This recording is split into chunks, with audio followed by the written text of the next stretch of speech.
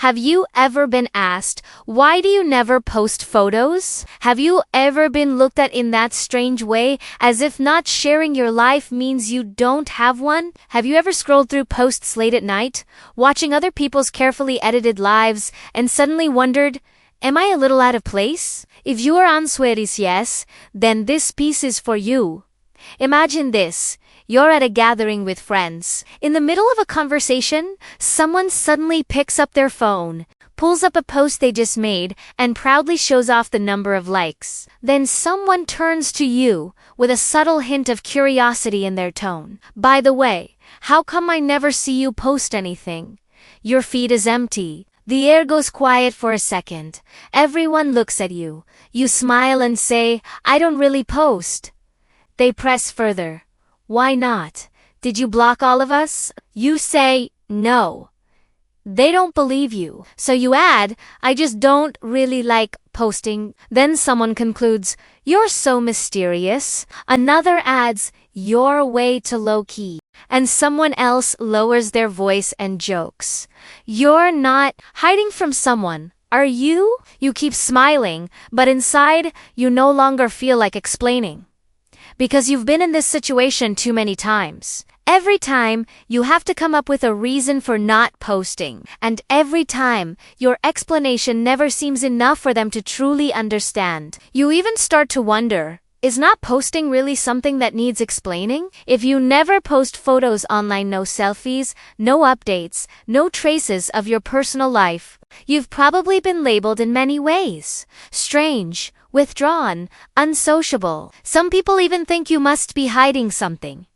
But I want to tell you this, you're not strange, you're not hiding.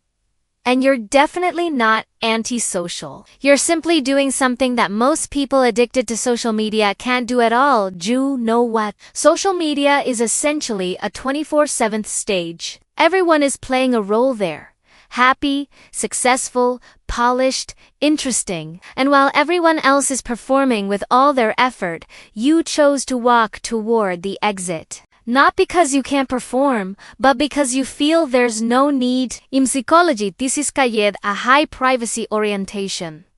It's not a decision you made today. It's part of your personality. A 2019 study published in a top medical journal found that people who think before they act and take responsibility for their behavior, that is, those high in conscientiousness, are naturally more protective of their privacy. So when someone asks you, why don't you ever post? What they're really asking is, why aren't you like me? Why don't you need external attention? And you don't owe anyone an answer. But let's go a little deeper. Why can you choose not to post? Why don't you need that little red notification to confirm that you've been seen? In 1996, Canadian psychologist Jennifer Campbell introduced a concept called self-concept clarity. She found that the clearer a person is about who they are, the less they need others to tell them. Most people on social media are essentially looking into a mirror. They post a photo, then wait for likes, wait for comments, wait for others to piece together who they are with little red hearts. If the likes are many, they feel good enough. If no one responds, they begin to doubt themselves. But you don't look into a mirror. You stand in front of a window. You look outward. You observe. You absorb. You think. You don't need others to reflect your image back to you, because you already have your answer inside. This is not about not caring what others think. This is about your identity not being fed by others. And in this era, that is an extremely rare ability.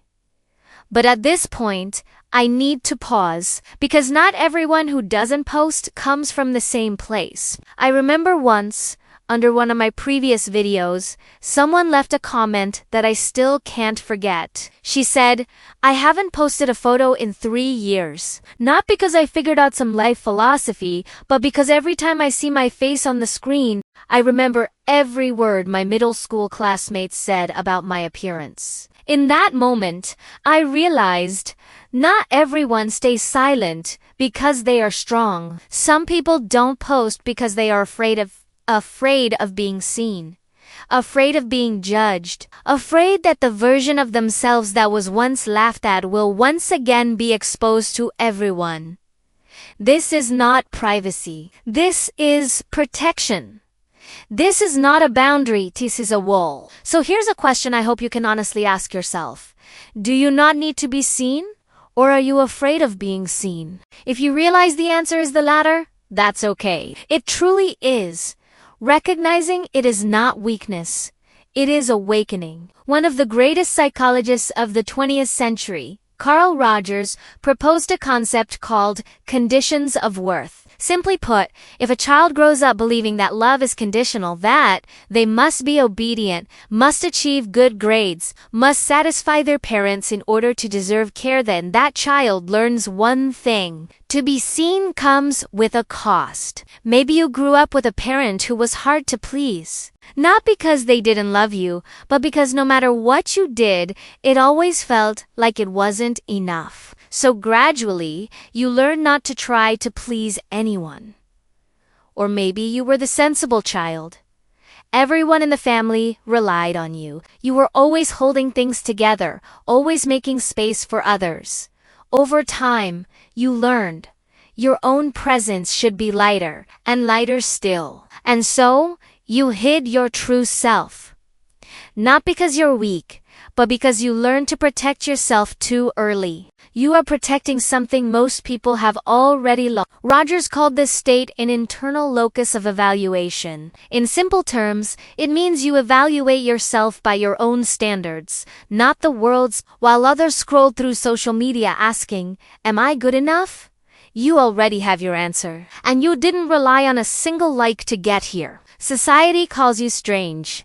Psychology calls you mature. So tell me which one is right. In 1954, psychologist Leon Festinger proposed a theory called social comparison. He said that humans are naturally inclined to compare themselves with others, and social media has turned this instinct into a never-ending wheel. You see someone get promoted, you feel anxious.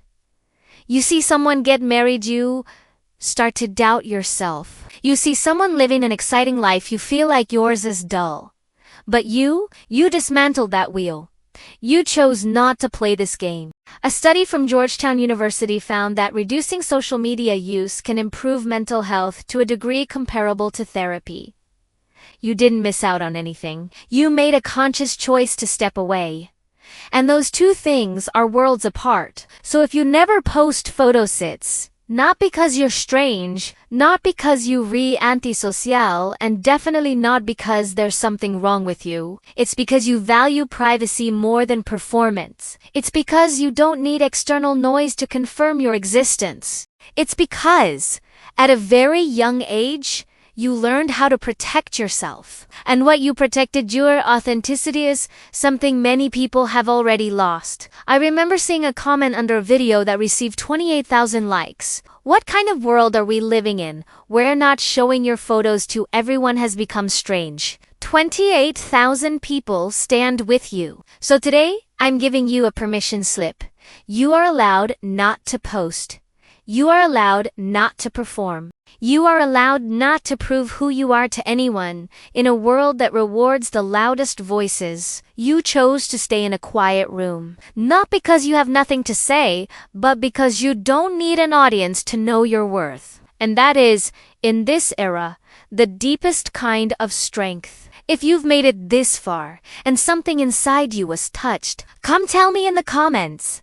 When was the first time you realized you were different from most people online? Was it a moment in childhood when you felt misunderstood? Or was it later in life, when you suddenly realized that the noise belonged to others and you didn't need any of it? Or is there another topic you'd like me to talk about? I read everything. If this piece made you feel a little less alone, follow me and let's keep talking.